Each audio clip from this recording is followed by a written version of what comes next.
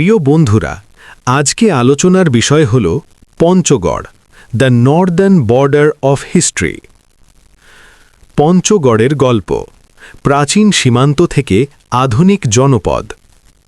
উত্তরের আকাশে যখন শীতের সকালে কুয়াশা নামে আর করতোয়া নদীর বুকে সূর্যের আলো চিকচিক করে ওঠে, তখন মনে হয় এই মাটির প্রতিটি কণায় লুকিয়ে আছে হাজার বছরের ইতিহাস।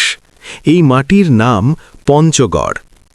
অনেক অনেক বছর আগে যখন এই জনপদ ছিল ঘন বন আর নদী ঘেরা এক অচেনা অঞ্চল, তখন এখানে গড়ে উঠেছিল 5টি প্রাচীন দুর্গ বা গড়। সেই 5 গড়ের স্মৃতিতেই মানুষের মুখে মুখে জন্ম নেয় নাম পঞ্চগড়।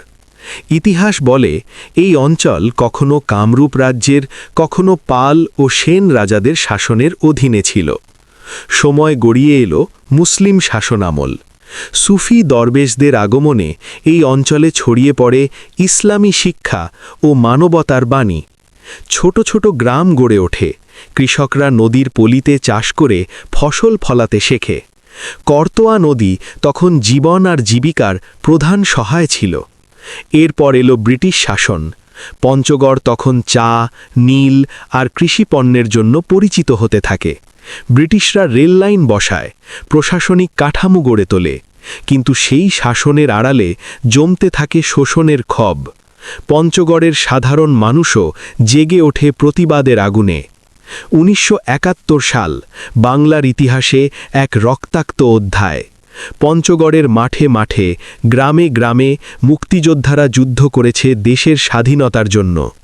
অনেক মা হারিয়েছেন সন্তান, অনেক সন্তান হারিয়েছে বাবাকে। সেই ত্যাগের বিনিময়েই জন্ম নেয় স্বাধীন বাংলাদেশ। স্বাধীনতার পর পঞ্চগড় ধীরে ধীরে বদলে যায়। 1984 সালে এটি পূর্ণাঙ্গ জেলা হিসেবে আত্মপ্রকাশ করে। আজ পঞ্চগড় মানে চা বাগান, বাংলা বান্ধা স্থলবন্দর, কাজী নজরুল ইসলাম বিশ্ববিদ্যালয়ের স্বপ্ন আর পরিশ্রমী মানুষের হাসি।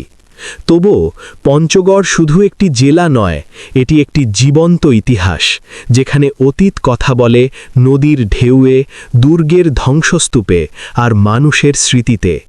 আর তাই যখন কেউ জিজ্ঞেস করে পঞ্চগড় কি, উত্তর আসে পঞ্চগড় মানে ইতিহাসের সঙ্গে বেঁচে থাকা এক জনপদ। ভিডিওটি দেখার জন্য ধন্যবাদ। নতুন নতুন ভিডিও পেতে আমাদের চ্যানেলটি সাবস্ক্রাইব করুন।